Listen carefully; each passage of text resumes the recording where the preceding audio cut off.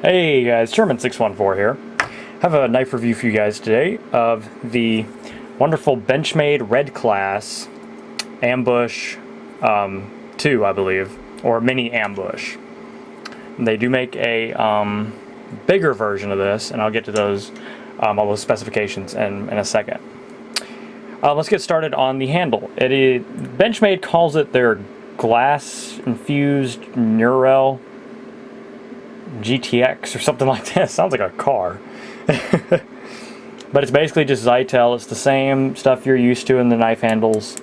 The very hard impact resistant plastic. So, you know, that's nice. And it has really nice checkering on there.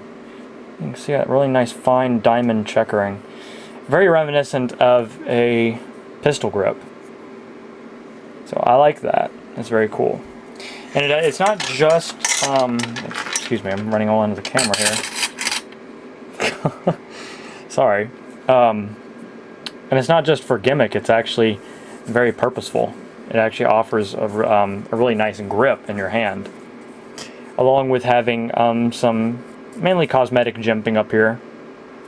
Both on the handle itself and the little bit of the lock housing right there. It does have some jimping down at the base of the handle, which actually is purposeful and it's pretty nice. When you're holding it, it digs into the underside of the lower side of your palm there. So I like that. That's pretty nice. Let me just drop mine. There we go. Okay, sorry about that. And it has some jimping and finger choil down here, which is really nice as well. It is a closed back design, which is just the two pieces of handle come together like that, instead of having a backspacer. You know, it's just closed, completely enclosed. Which is nice, you don't, you know, but you will have to open the blade up and blow some compressed air down in there to clean out a lot of the gunk if you're going to EDC this knife. But yeah, that's pretty much with any knife. So yeah, standard hex bits and everything, Torx bits. The major hit I have on this knife, and you can refer to my pocket carry video to see this pocket clip. I hate this pocket clip. Now, I'm just going to go out and say that.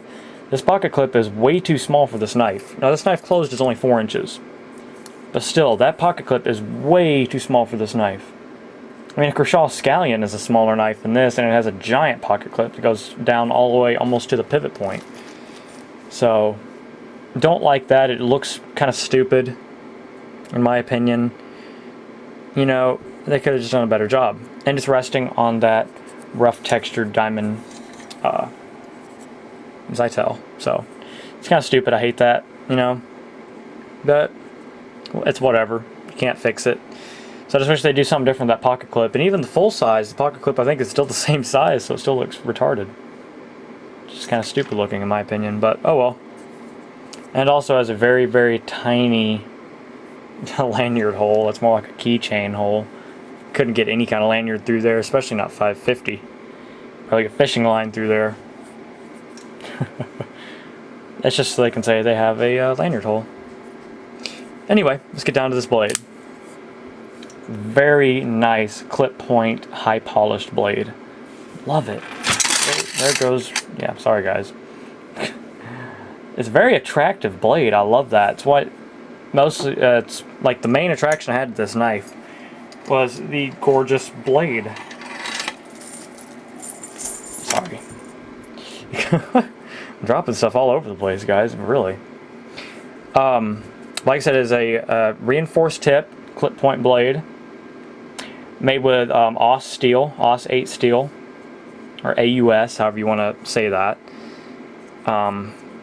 It marks up very easily, which is why I generally, I have in my knife case where I have on my knives, I have a microfiber cleaning cloth, clean all the blades. And this one in particular gets marked up very easily.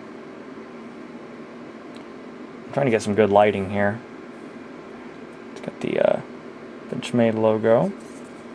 On the back it is a Mel Purdue design. You can see that. I'm having a hard time getting some good lighting here, guys. I'm sorry. This is Mel Purdue. US patent. You can see that made in Taiwan. down there in the tang.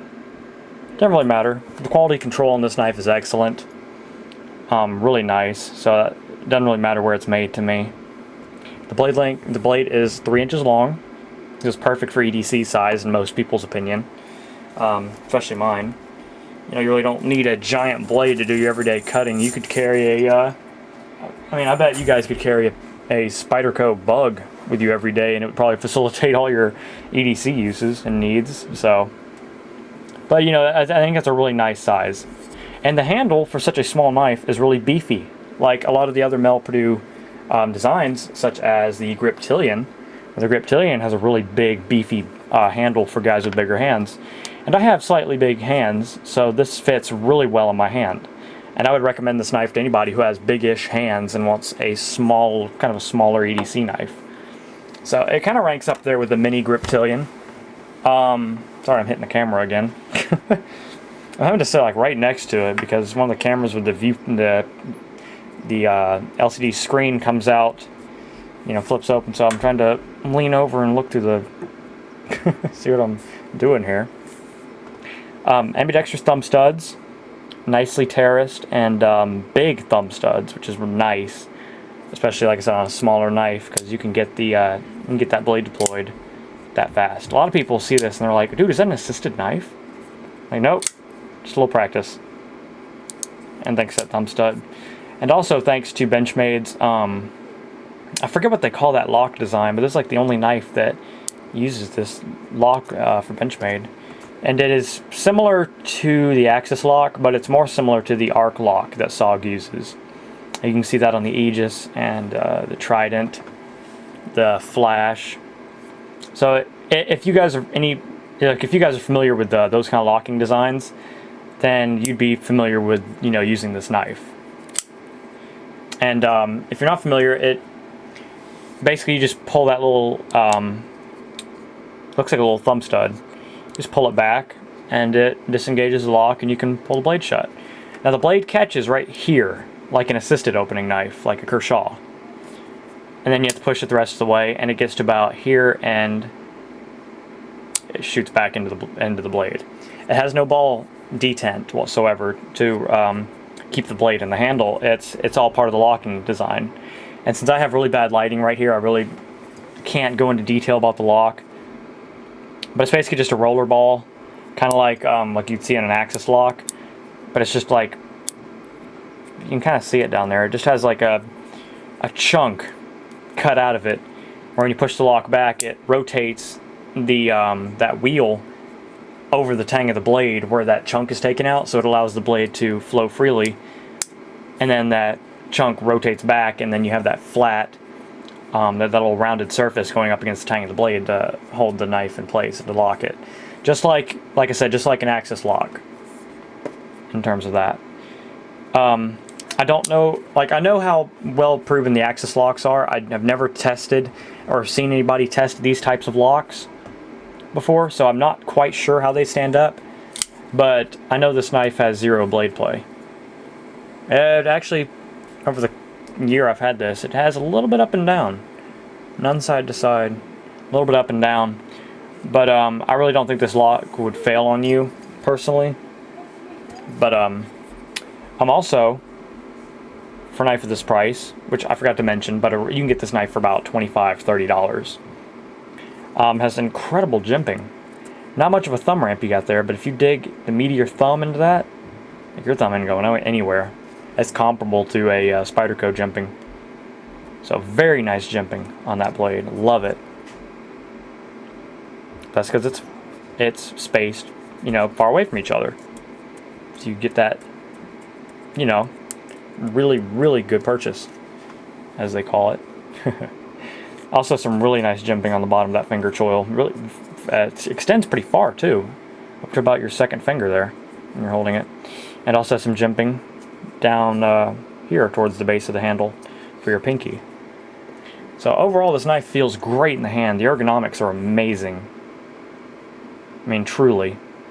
So this is a really, really comfortable knife to hold and to use. And smooth opening too, I forgot to mention that. But I think it has the phosphor bronze bushings. I could be mistaken, I've never I got up in there and looked, but to open to be deployed this fast, probably does. So yeah, from the factory right out of the box, it was hair shaving sharp. It cut all the way through, but oh, caught a little bit.